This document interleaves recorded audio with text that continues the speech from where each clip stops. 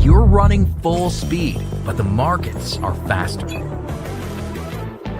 Quasar Markets Live brings the world's top financial minds to you. Everything you need to know in one place. Learn from elite educators and gain a competitive edge, leveling the playing field for you. Join the conversation. Quasar Markets Live. Good afternoon, Quasar Markets. I've got him, Michael Stewart. Mike has been a mentor to me for, I don't know, God, I can't even imagine how many years now, 30 plus years, 35 years now. Mike, you and I have seen just about every single market that there possibly is. I think you might have more gray hair than me, but I think we've both seen it all, right? Let's get to it. I mean, in this morning's show and over the last few weeks, I've been talking about how this has looked a lot like the dot-com era, where it just seems like everybody's got an AI product out there, and AI is going to take over the world, and robots are going to make me pancakes in the morning. I like blueberries. And unfortunately, I don't know that that's going to be the case as me being Mr. AI. But I do think that there's an element that looks a lot like the dot-com bubble. Is that right or wrong? I would agree with that. Okay. I think, I think I would probably more categorize it to large cap growth in that technology sector. However, I don't know if I would. I think there's some differences. I don't think everybody's on board with AI. I think at least in our neck of the world, there's still some people who are skeptical of AI and wonder if it's really something they want to bring into their house. I'm sure they've heard they're focusing on the bad things that AI can do and not necessarily how it can benefit them.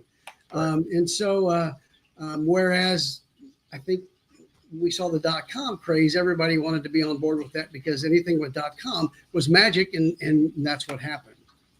So I see some similarities, but I see some differences as well. Yeah, I had Michael Cow. I was talking to him on Wolf Spaces the other day from CNBC contributor, and he and I was talking about it.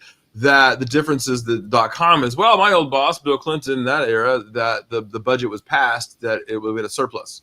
Whereas today we're in dire straits when it comes to the budgets and the actual amount of money that we owe to foreign countries and ourselves, actually.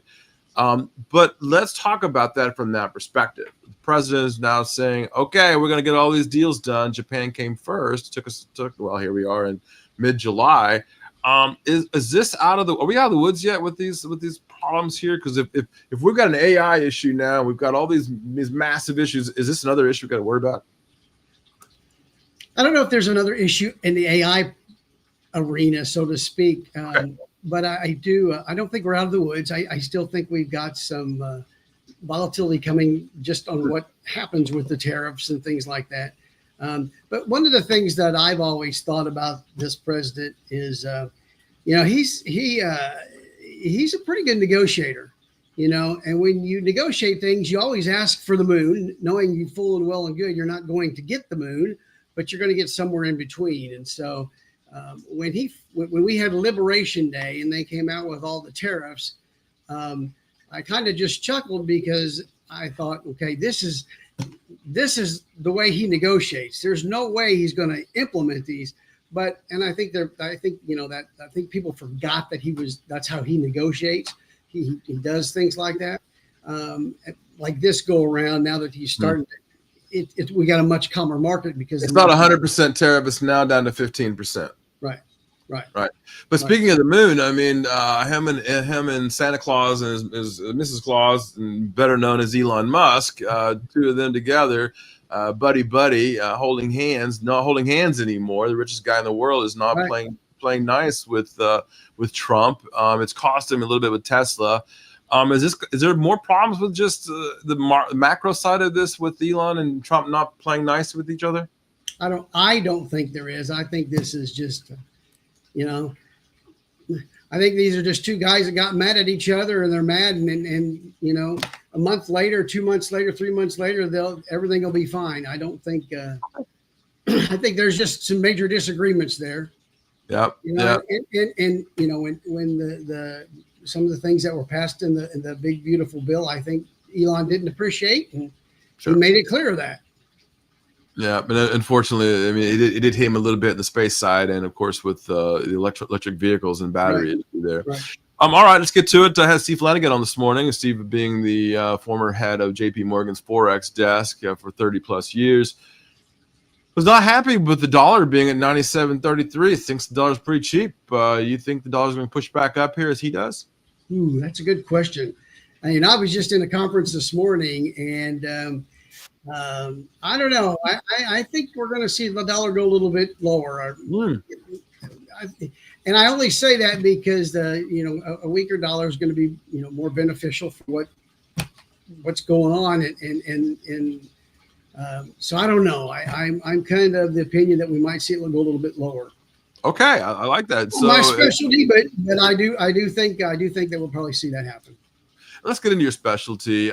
You service the great town of Harrisburg, Illinois, and the wealth management there as well, and the brokerages. I have to ask, what's the feeling?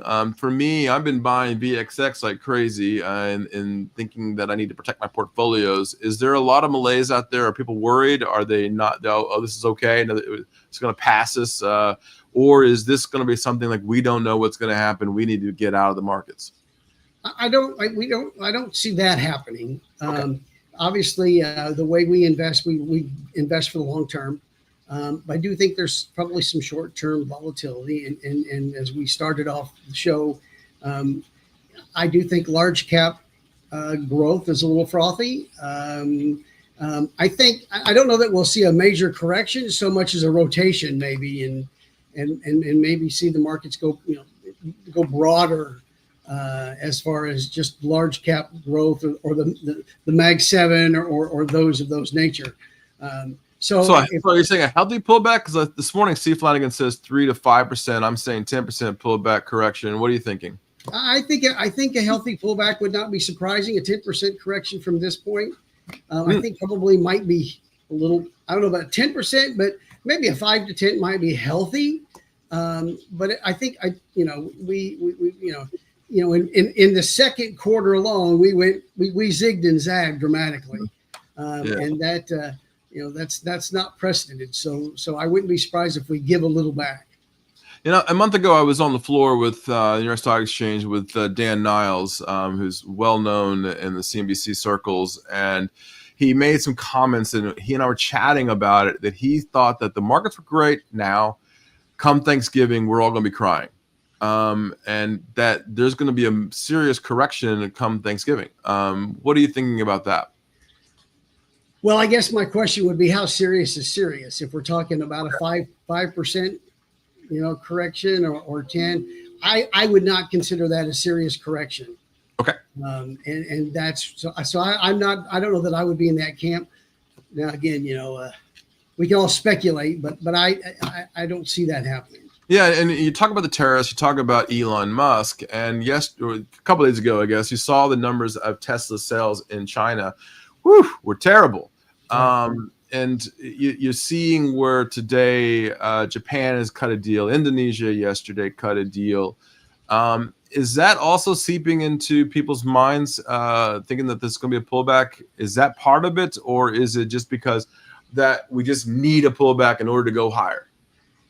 I think that's it's the latter. I believe that people are, just because we've gone up too fast, gone up too high too fast, a little bit of a pullback would be healthy for that market. I equate it to a rubber band. I mean, you can pull a rubber band, you keep pulling that rubber band, keep pulling that. Eventually, it's either going to break, or you're going to. And the farther you pull it back, the more it hurts. And so I'm of the opinion that the markets need corrections because that keeps it healthy going forward. And there was a book that I remember you recommending to me many decades ago. It's One Up on Wall Street by Peter Lynch. Yes, wonderful fella. I've had an opportunity to meet him a couple of times now, and I will tell you, when I look at the markets now, I do see it a lot like he does in Warren Buffett's way. I'm looking for alpha, and I'm looking for sectors, and I'm looking for things that are, as I always call it, the mispricing of pricing. What stocks out there, sector-wise, do you think are mispriced? I've been talking about healthcare. I think Merck and some of those Pharmaceuticals have been underpriced. If you're going long, Mike, give me a sector or two that you think are just undervalued right now. Well, I would have to agree with you. I'm a big healthcare fan. I think it's undervalued right now. And I think the long-term prospects for healthcare are just, I mean, you think about it, we've got an aging population. Healthcare is it's not going anywhere. It's here to stay. So I think that's a great place right now. All right. So you have your Series 7. So I can ask you specific questions about specific stocks. UNH, their CEO was murdered in the middle of the streets. People were unhappy with this guy. UNH has had now problems now with the SEC, problems with accounting. Yet the stock has fallen, 50%, something like that, since the highs, even more. What are your thoughts about UNH here? Well, I don't follow UNH, but okay. I have an opinion that anytime the SEC gets involved, that makes me nervous with a company. And okay. I only say that because obviously, as you started the show out, you and I have seen quite a bit. And one of the ones that just comes to mind is I can remember the days of Enron. And anytime something like, the SEC gets involved or things like that, that makes me kind of nervous. So that and alone, I don't know that I would be I would jump in, but is it the old adage where the smoke is fire? I'm an avid believer of that. Yeah. Because that's come from somewhere. All right. So you tell me that the people in Southern Illinois are unhappy about AI. Talk to me about crypto. Are you now? We now saw the president and the big beautiful bill and Genius Act that 401k plans can now invest in IBIT, and I know the guys at IBIT very well. That they can now invest in Bitcoin and crypto. Are you telling your people to invest in Bitcoin and crypto? Some of the clients that we are working with are interested in Bitcoin. Some of the other people that we talk to about that. That's something that they're really not interested in, only because of the lack of familiarity. I mean, it's still a new thing. It's at least in Southern Illinois, we're not on the cutting edge of things, and so we tend to go slow and prod along. But I've got some clients who are interested in it. Usually, they're the ones who bring that up. Although we are starting to look at other alternatives as well as precious metals or crypto or private equity or things like that. So that's becoming more and more of a topic of conversation in our neck of the woods. And you talk about precious metals. I've been buying silver since $19 an ounce. That was one of my big calls that I made last year. And I said we go to 43. We're at 39.17. Are you telling people to buy now, or are you trying to take some profit off? No, I think I would still be I personally still be a buyer of silver. If it's in your portfolio, I do think that's probably one of the metals that I would own. Yeah. Yeah, and we had Peter Thomas on here, famous from the Hunt Brothers and a member of Quasar Markets here and a dear friend. Thinks that gold is going to continue to go higher with central banks still buying gold. Why are they buying gold? I can't answer that question. Okay. I don't know. I mean, it's unless it goes to, if you've got a weakening dollar, people tend to shift to buy precious metals too. So that may be the reason why the banks are doing that. Yeah, and if you look back, we talked about earlier about the .com era. At that time, people were dumping gold. That's right. And they were buying crazy stocks, pets.com and like Netscape like me, and not a happy camper since I'm still pissed off about Netscape and pets.com. But, and of course, Lionsgate Films. I still don't really want to talk about that too much, but this is way back. But, the similarities to that time frame seems to be pretty high here, except for that. So when you say it's a more conservative area and you're more conservative when it comes to it, where are you moving to? So you don't want to buy the pets.com, you don't not buying the Bitcoin. So you're telling people to buy silver. Where are you moving? What movement into what sector are you actually physically actively buying now? So we build portfolios, and so we look at we go large cap growth, core or value, then small cap, mid cap, so on and so forth. So I think large cap value is places, and I think that's where healthcare we would right now we would put that in that category. I do believe that one of the areas that I think is probably undervalued right now is maybe emerging markets. Just because of all the things that are going on globally, and fortunately, emerging markets, I think they're kind of insulated from the geopolitical stuff. Is there a specific emerging market you like? I mean, I think we've been talking about India for a while. We've talked about Japan here for a lot. And I think to some degree, we've been talking about Brazil. Is there a specific emerging market that you do like? I just like, so for example, if we're talking internationally and talking emerging markets, I tend to like the non-Europe, the non-China area, and but Korea and places like that. I think there's some opportunities out there. Yeah, and I can tell you that getting back again from Europe myself, UK, there are some issues there. I agree with that, and I think a lot of travel will be kind of tougher for the United States as EDIs go now into it. So I agree. All right, Michael, one thing about you are a father of 5 and grandfather of 9. One of the things that we've talked about in the last few weeks is these kids trying to get jobs coming out of college. They're really struggling right now finding jobs. And we've heard everything from AI is taking my job, the burger flippers, now robots, lots of problems out there. What are you advising even your own family? Well, I personally see the job. I mean, we've got jobs available in our area. Yeah. What I'm finding, unfortunately, is number one, the work ethic is not what it once was.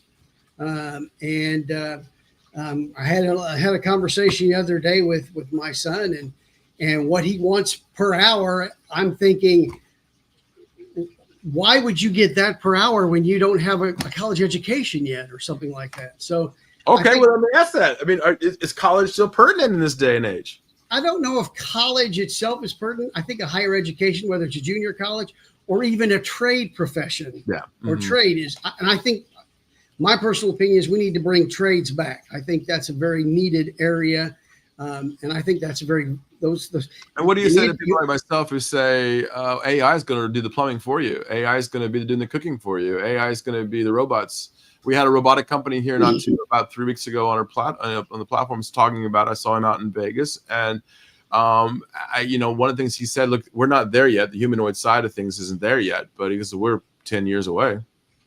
And I agree. I would probably agree with that. I mean, we're still a long ways off before, that's going to happen. I mean, and first of all, you can't replace the human interaction. I think that's important. I don't think AI will ever replace that. Even if you get an AI lookalike robot like they've got, I still don't think that will ultimately replace the human interaction. The other thing, you talk about a plumber. We had a plumber come in about 2 weeks ago, and he actually had to get in a very tiny, small place. Well, unless you've got a special robot that size that day that can do that, I don't know that's, I don't know. I think we're a long ways off before I can see AI replacing, and they have been replacing some of the more finer things in like a surgery, helping the doctor, but you still got the doctor that's going to ultimately override the AI machine if necessary. And I'm looking at some of these cool stocks back in the day that you talked about, Lunar LUNR and Max R. Is there a stock you got, hot stock today for me? I don't have one for you today yet. All right. I like that. I have to ask, it's earnings season. Google, Tesla, you name them, they're all the big ones, and even next week's even crazier. What are you looking for in these earnings? For me, it's about what are they saying in the future, right? Not about what their numbers are today. What are you looking for in these earnings? I'd have to agree. I think the future is what I think everybody's kind of anticipating what earnings will come in, and I don't think there's going to be a drastic change between first and second. But it's the future that's important. How are they anticipating the tariffs coming into play and things like that? The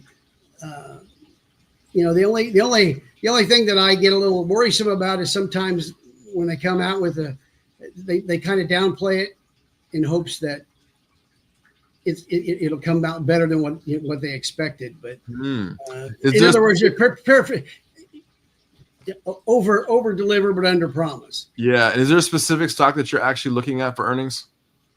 I'm not. No, I'm just kind of looking at overall. The season itself. Totally understand. Mike Stewart, Ameriprise Financial, loves emerging markets right now. Get out of Europe. He doesn't like Europe too much, and says that that everything's fine and that you got to have a college education. Mike Stewart, thanks, man. I appreciate it for being in Quasar Markets, and we'll see you back here next week. Thanks for having me.